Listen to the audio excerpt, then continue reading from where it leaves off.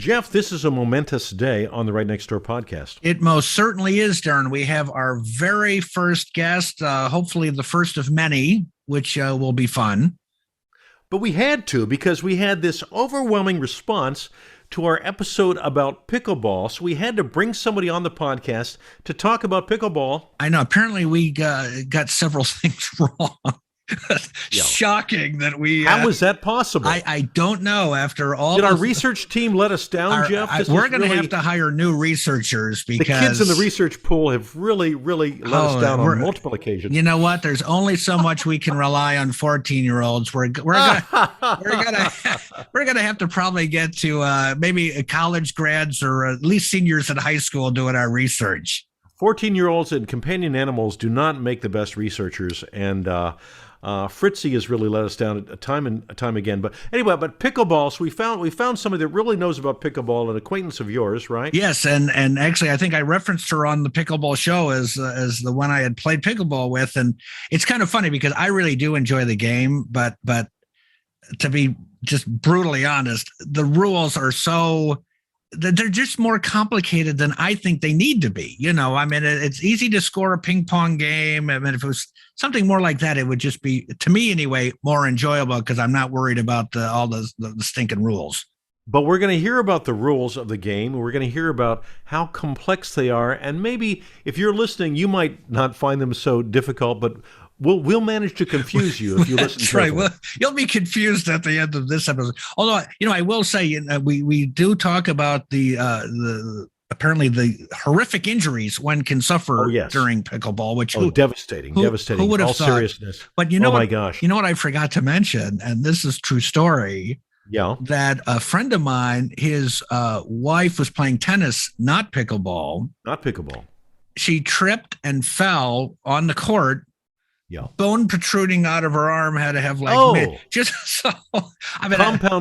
compound fracture, bone sticking out. So I guess that could happen on a pickleball court. I'm not sure it could. I think the takeaway from there is don't play tennis, play pickleball. You know what? I think you're right. So we're going to have to question.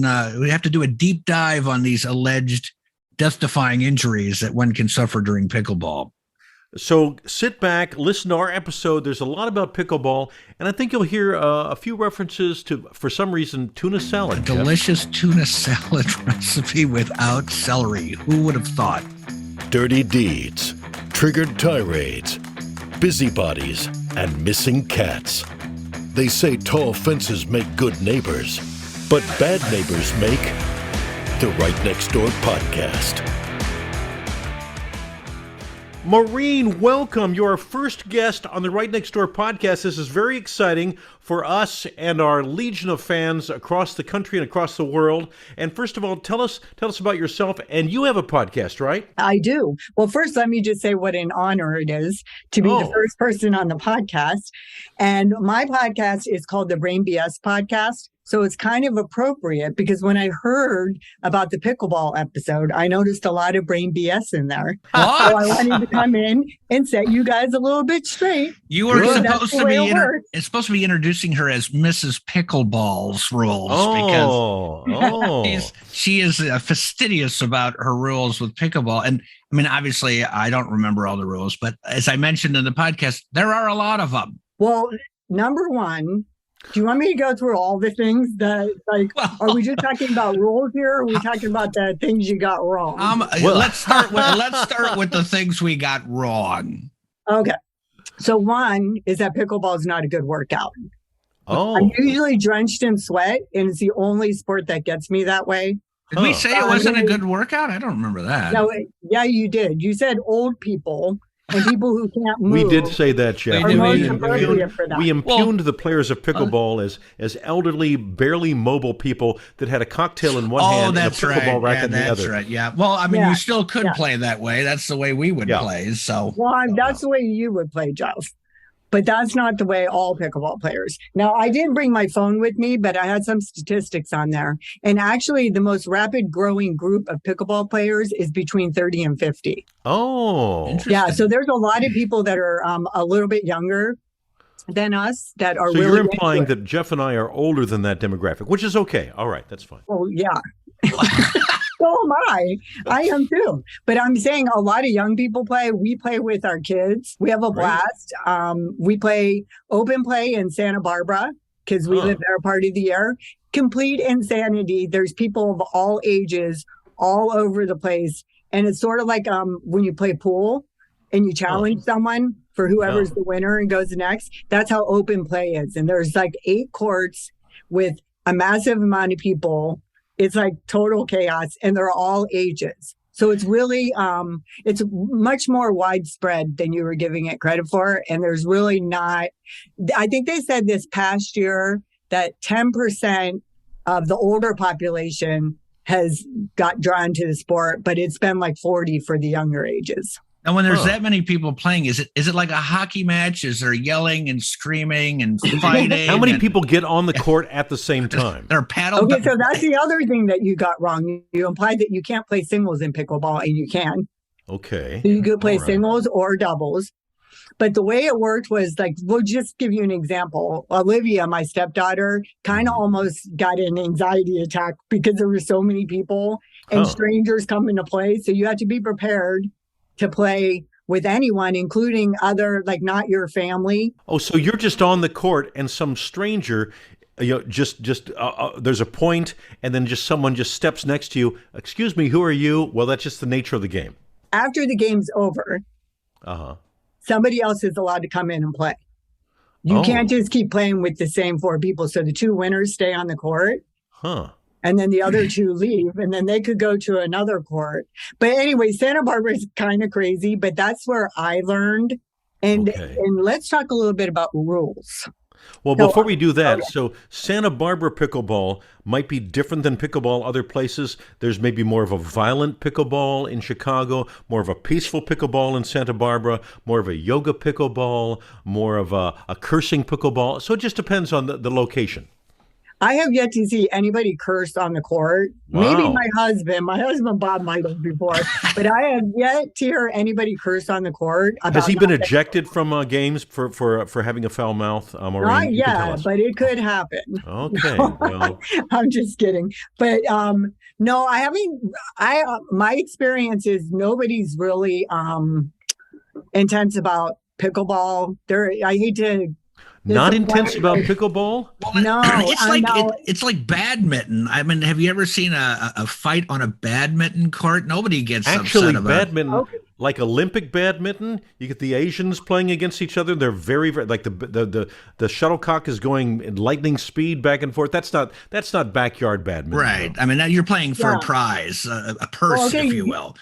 Now you guys are getting yourself into trouble with that. Oh boy! Oh jeez! Oh no! Oh no! Because These the Brits are really big with badminton, not just Asian people.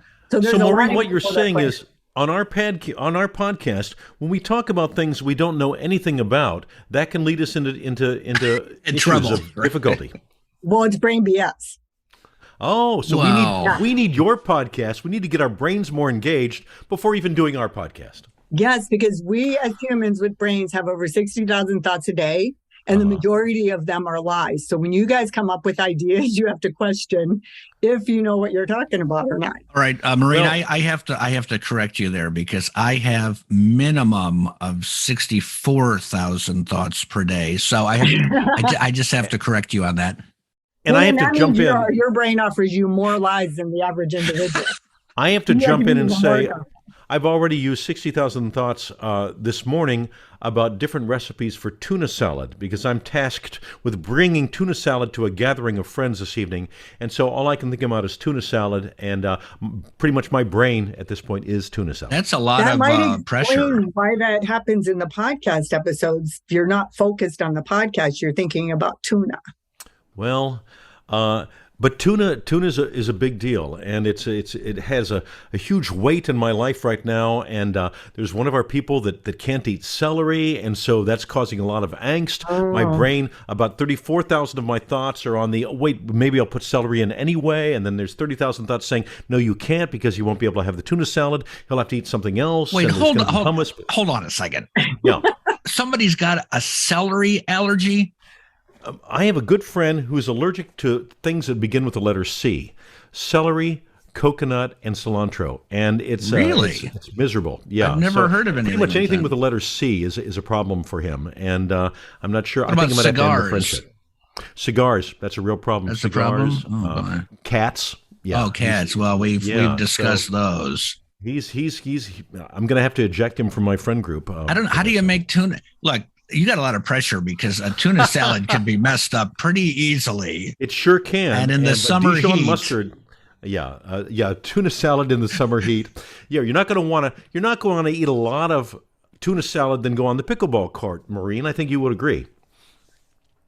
Yeah, I don't have a whole lot of opinion about tuna. I'm not really a fan.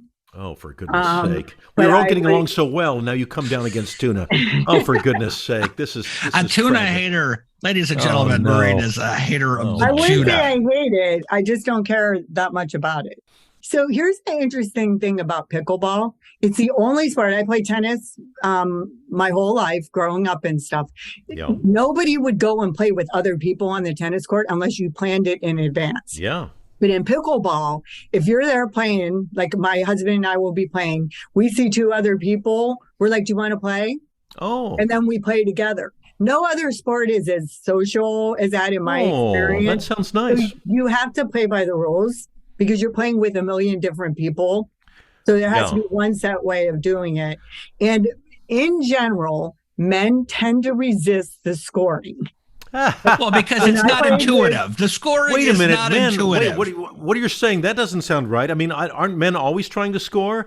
I thought that's part of our lives. Wait a minute. I seem to recall Bob was that way too. We just don't like it. Exactly. Yes. Because you don't, so it is a cognitive exercise for the young as well as the old when you're playing pickleball. I'm an occupational therapist too, so I throw in cognition. But Very it's good. like a mind exercise to remember how to keep the score. That is by far the biggest challenge for everybody playing is to, even sometimes like by the end of playing for an hour and a half or 2 hours, you can't even remember if you just served the ball or not. So the Brain BS coach is going to recommend pickleball for the brain as well, Maureen. Is that right? Oh, for sure. Yeah. Yeah. Now that you mentioned that, absolutely. But, it really does force you to focus and pay attention and to remember the score. And then, like I said, as more time goes by and you fatigue, everyone's like, who just served? I think what I hear Maureen saying, if you'll indulge me a moment, what I think Maureen is saying is that the game's scoring mechanism is so bloody complex and unintuitive that you're mentally exhausted at the end of the game when you're just trying to have fun and get a little exercise. You're going to drop your racket. You're going to just fall to the. I mean, if I can't remember who just served last, the rules are too complicated. Yeah. I'm going to walk off that court. You bring up a good point, right? We're talking about the same thing and looking at it from different perspectives. My take was that it's actually beneficial and fun. Your take is that it's not because of the way you're thinking about it, because you hate rules and you resist them. Once you accept the rules, then you learn them and it's not complicated anymore. Well, why Jeff, don't you just accept? Yeah, right. Just accept. Just you, one of us. Oh, Just my not. Lord. Or not. Look, there's so many games out there that have basic rules. And why don't we discuss what the rules are and let our worldwide audience decide if it's too complicated? I play golf. I play a lot of sports. I'm a baseball fan. There's a lot of rules in baseball, but nothing compares to what should just be if it was scored more like tennis, easy peasy. I get Maureen's point about the fact that you want to have a set of rules because people are coming on and off the court, people you've never met, and you want to know that you have the same rules for anybody, whether you've met them before or not. So let's hear something about these rules. Okay. And also that's important because that's how you learn how to keep score and you start remembering, like I'm way better at it now because I do it every time I go than the first time. The first time I couldn't keep track at all. Okay. So some of the rules.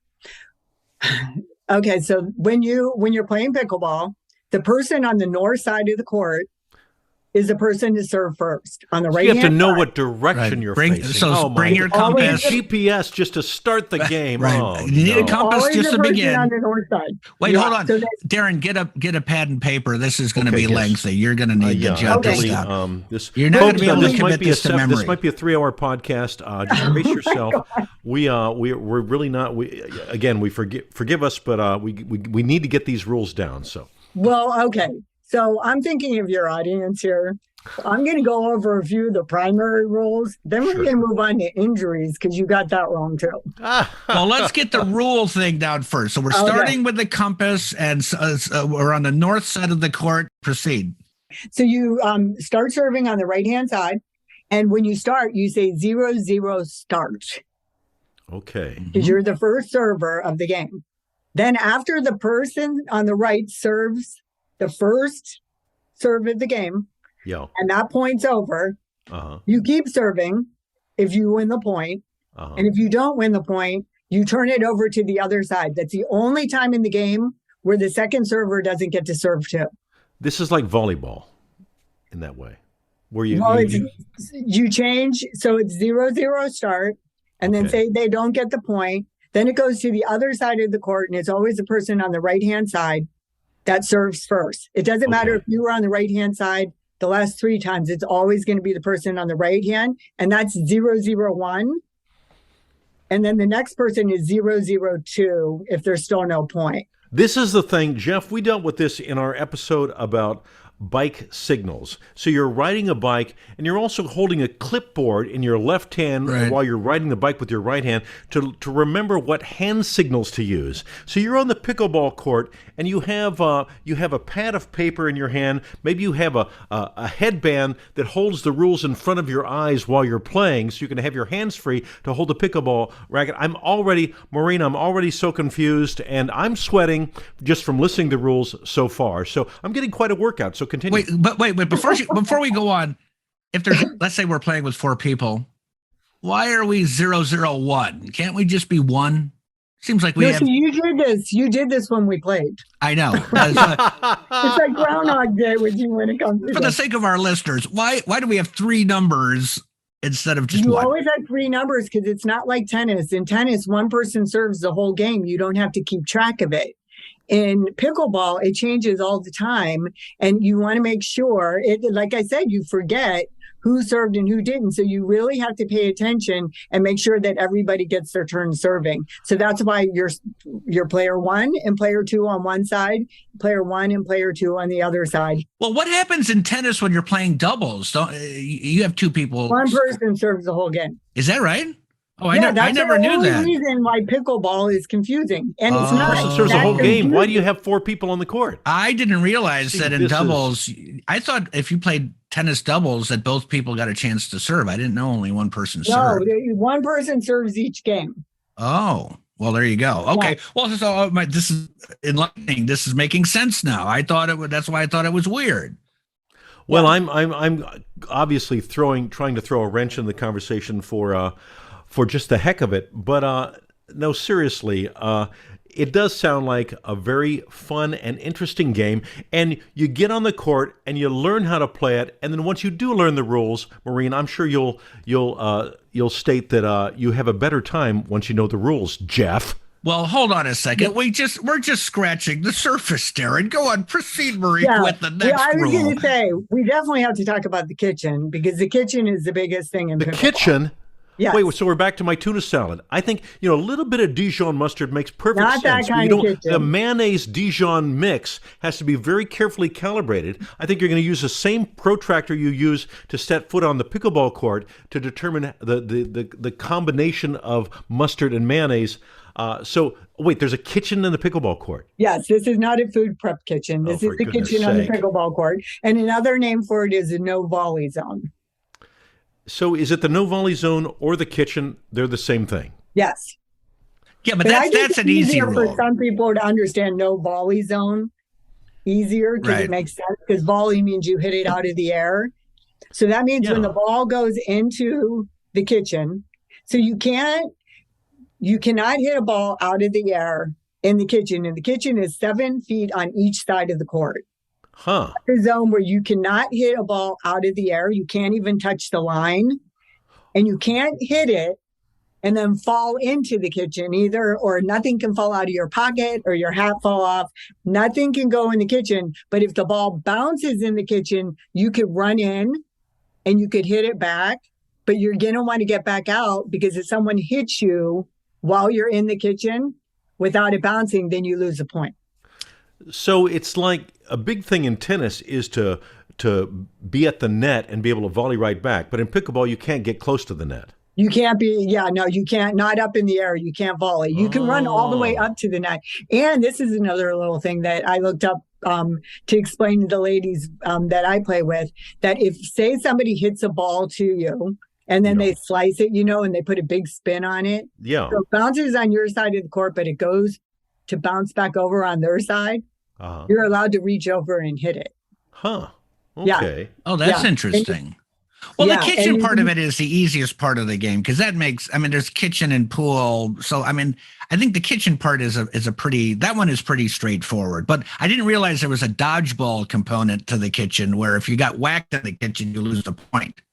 Well, as a Brain BS coach, I just want to point out to you that the reason why that makes sense to you, the kitchen, is because of the other sports you play and the way you're thinking. But for most people, the most complicated and hardest part is the kitchen. So another reason why you might not want to play is it's not as safe as you and Jeff insinuated. So I've got a little list here of common pickleball injuries. Oh, boy. All right. Let me see.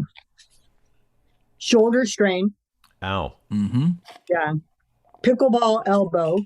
Pickleball elbow. Yeah. So you're going to work elbow. And you have a brace on your arm, and so you have to tell the people around you, maybe your boss, maybe your coworkers, I'm sorry, I'd like to help you with that, but I got pickleball elbow today. I really can't. I don't think you would ever admit to having pickleball elbow to anyone. What's wrong with you? I was injured by a shark. Wait, Maureen, please elaborate on pickleball elbow. Well, it's the same as tennis elbow. How could you possibly get tennis elbow playing pickleball? It's from playing repetitively. People play pickleball for hours, and some of them play every single day. Well, you, of all people, should know that that's referred to as an obsession. I think I would say tennis elbow before I said pickleball elbow. Well, that's like you're insinuating that there's shame in pickleball elbow. Well, pickles are funny. You Maureen. are playing Pickles with a have wiffle ball. I don't know. A wiffle ball. Oh, well, so that reminds me, when we were playing in Santa Barbara with Alexis and Olivia, Alexis dove for the shot and rolled on the ground. And I've fallen on the ground a couple times too when I'm playing, because you run for the balls because it's so fun. And this guy on the court next to us looked at her and said, "You're taking this way too seriously. This is a sport played with a wiffle ball." That sounds like somebody right up my alley. Did she roll into the kitchen? Because that's against the rules. They can't do that. She did not. She rolled off the court, and she did not go into the kitchen. All right, but thank we God. missed the point anyway, because she missed. But if you the get ball. angry, if you can't stand the heat, keep out of the kitchen. Maureen, what's the worst injury you've encountered in your, and not just you personally, that you've seen on the pickleball court? Just people wiping out. I hit a woman in the chest and she fell over backwards. I made a couple people fall over. Bob played with me the last time and he fell over. Because when you go back to get the ball, sometimes you can, and especially some of us as we're getting older, our balance isn't like what it used to be. But I do want to say one other thing about before you do that, Maureen. We record this via Zoom, and this very nice woman on our screen here, and it turns out she is a violent, aggressive, injurious pickleball player, and I would never suspect that of this lovely woman we're dealing with on our recording. I'm shocked and amazed. Well, get me on the court. Do you have any strategies that you can share that would be? How could we win? Yeah, we've got. If we're going to set foot on the court, Jeff and I need to be pretty much guaranteed we're going to be victorious. That's probably not going to happen. But I will say, because we don't know how to score. I will tell you what they say to do, and I don't do it, which is why I miss a lot of points. You're supposed to run up to the net So if you're playing the way the game is intended to play, you're dinking it. It's called dinking, where you just hit it over. And you do that for a while when you go back and forth, and it's supposed to be at angles. And then as soon as the ball comes up a little bit, that's when you're supposed to crush it. But a lot of us, we like to crush it. I thought you're not allowed to crush it. I thought you're not allowed to get close to the net and you can hit crush it out it of from the the air. back of the court. You can. Okay, you just can't crush it you from can't close. from inside the kitchen. Okay, but if you dink it, that's double income, no kids. So you don't have any children on the court at that time. Is that maybe I'm misunderstanding? Okay. Wait, but you just said you could go to the net. I'm already you confused can. now. He's talking about out of the air. You can't hit it out of the air in the kitchen, but you can run up to the net. You have to dink if you're inside. But actually dinking is when you're hitting it in the air to each other really lightly up in the front. Jeff, we're going to dink. We're going to be doing a lot of dinking. I'm so confused now. I thought that was a rule that you just no way you can go in the kitchen ever, when ever, the ball ever. bounces, you can go in the kitchen. See, this is like if it bounces, You have to go into the can't play kitchen. pickleball That's where the with him. He refrigerator. doesn't remember any of the rules. He didn't know. Oh my God! So it's You bounce and have to dink. go into. You have to go into the kitchen because that's where the pickle relish and the Dijon mustard is. You can't make tuna salad without going into the kitchen, Jeff. Have we forgotten the earlier part of this podcast? That's what I'm completely? saying. You It's must just go in the kitchen. The rule should be bounce and dink, because then you would remember that bounce and dink. Bounce and dink. Bounce and dink. I would like that. I can go in the Yeah, kitchen bounce if there's a bounce, and I can dink it if there's a bounce. So bounce and dink. Ladies and gentlemen, I'd use that so you can remember when and when not to enter the kitchen. Bounce and dink. Bounce and dink. Is that a good one, Maureen? Sure. I think that's a title of our next podcast. Bounce and dink, and guess who is bounce and who is You know dink you're in these- trouble whenever you get the sure answer. Yeah, if someone says sure or okay, you know you're in trouble. Right. Oh my God! All right, so what else did we get wrong? Because it sounds like there's a myriad of No, issues. I think I pretty much covered it. The idea that only old people play. The idea that you can't get But some old hurt. people do play. The idea that there really aren't that many rules once you understand them, but it's accepting What? reality, and you refuse to accept the reality of the rules. Wait a minute. You said there are not that many rules. This is that's relative. Half hour into our podcast, and we've already discussed so many rules and 7 or 8 recipes for tuna salad. How on earth can you say that there are very few talked rules? primarily about tuna salad. Oh, okay. Well, that's why I've enjoyed myself so much. But is it not true that most people gravitate out of tennis to play pickleball, and they gravitate out of paddleball to play pickleball because it's less wear and tear on your body? Maybe for some people, but all the people I play with still play those other sports. But it is still a good sport for people who are a little sure. older. I mean, it's a good sport for. Okay. I mean, you can decide how much everybody. you want to run for it, how much you want to dive for the ball, and how many you just let go right by you. So yes, it is a much easier for older people. By older, I mean over 65. I don't know. I'm just picking that. I don't even think of 65 as old anymore. The closer I get to it. Right. Amen to that, but sister. yeah, no. So it's a good sport for getting older. It's a great sport for socializing and meeting people. I've literally met more people in the last year than I probably have in the last 20 because of pickleball. And not just on the pickleball court. Everywhere I go, I ask people, do you play pickleball? And they're like, no, but I want to. Oh. And then you get together. This is important to know. You can get together and see them for an hour and a half to decide if you want to have drinks and food with them. Oh. So it's a dating thing. No, so it's actually a good way. Friends dating thing. Right. Couple. Well, friend thing, but also is it a way for singles to meet and mingle? Yeah. And it's a great way for couples. Bounce and dink. You know how with men and women, there's usually one likes one person in the couple, but not the other. So it's a great way to. Yeah, that's a problem Jeff and I have because I really like Laura much better, and yet I'm stuck on this podcast with him. Yeah, so it can be problematic. So if you take them on the pickleball court, you get a pretty good idea of both of them, and then you and your spouse can decide: should we have drinks with them? Should we go to dinner with them, or should we just stay on the Yeah, pickleball. but let's be careful. Now you're getting into the whole Santa Barbara swinger scene. This Good is a morning. family show. So let's touch a little bit on why all the palatable animosity between the tennis people Yes. and the pickle people, because Let's get to it. The war okay. between tennis and pickleball. but I'm just- there's a war, an I hate undisputable to war. break it to you, but there's no war. And I did hear What? Martina say that with her like attitude.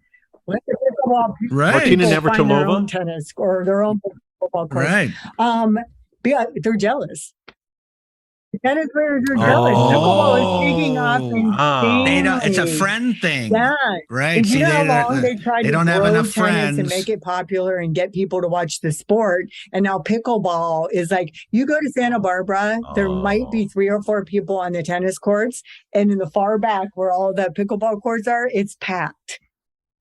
Wow. So it's So those tennis people are just jealous of all the wonderfully socialized, engaged, Right. friendly, and fun pickleball players while they're swiping away at their tennis balls on the court and thinking themselves smugly superior. The pickleball people are out there having fun and they're hanging out. having a good time, and there's more people. So that's a light bulb moment, Yeah. Momo. Very well stated. Tennis is always like, that's why they like Kyrgios in tennis. Like, he can be pretty difficult and pretty oppositional and kind of a jerk, but he's attracting a lot of people to the sport because the younger people like him and they want to watch him. So they're always trying to grow. Who's that? Who are you talking about? Nick Kyrgios. Oh, I don't. How do I'm you not familiar know with Nick his work. Kyrgios? Is he a Yes. tennis player? Oh. Who was the crazy guy that was always yelling and screaming that was married to John McEnroe? John McEnroe? Does he play You guys pickleball know now, or is he It tennis is snob? 2022. You need to know your tennis players now. You don't know who Nick Kyrgios is. Well, okay, you just Maureen, my point. if you've listened to our podcast, you know we're not in contact with the real world or reality in any way. And so we're trying to make a tiny foray by learning more about the sport of pickleball, and it's not going well. So Liz, so you just illustrated my point. You're more interested in finding out about pickleball, and you don't even know who Nick Kyrgios is in tennis. So it's pickleball. But he's a tennis player. We're interested in pickleball. See, so there's a disconnect. the heck with right him. We want to know about People pickleball. are The more heck with interested tennis. in pickleball than they are in tennis now. Right. Oh, to Yes, your point. So there yes, you go. thank you. So is there a pickleball star? Do we have stars up and coming in the pickleball world? I kind of like to think of myself as a star. But no, I'm not on the pro circuit. I've watched a little bit of the pro circuit. Is there a pro pickleball circuit? There is, Absolutely. yeah. Oh, well, my. one sidebar. I don't know if you guys watched that morning show on Sundays on CBS. They did a whole segment on pickleball, like last week or the week before, and I guess there are like some leagues that are up and coming that are like pro leagues, because they showcased some woman who was like the champion of something or other. But so I mean, I guess it's getting pretty serious. I used to love playing racquetball. And that to me was the most fun, court ball racket game of all time, because you're moving nonstop. It's, you're playing off all the walls. The rules were very simple. You got crazy good workout. And then you get to the pickleball thing, and then, you serve, and then Maureen's like, no, you're doing it all wrong. Again, we talked about it on our podcast. I still would prefer this game to be where I could play the game while seated with a drink in my hand. And if Maureen is saying I can't do that, Can't do it. I'm not sure I'm as interested now. Yeah. It's a And shame. if you do play the first time, you should definitely play with somebody that knows the rules and be open to listening to them. Right, Jeff? What are you saying? I'm not open. you're I'm saying open to that- listening. I'm not Maureen. open to following, but I'm open to listening. Yeah, we can listen. We might step away from the court after hearing them, but It's like my puppy. He hears me. He just doesn't. Oh, He just doesn't how's Fritz follow. doing?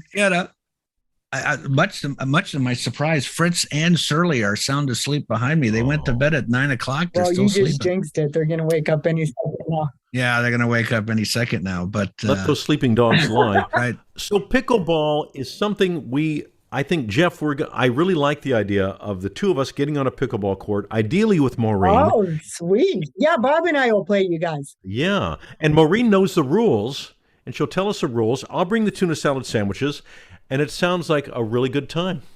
I do enjoy playing the game. It's just as long as somebody else is scoring and telling me what to do, I'm happy. But if I have to try and memorize all that stuff, it just becomes too complicated. You've played, I've never played, so I'm going to count on you, Jeff, for the rules. No, you don't want to do that.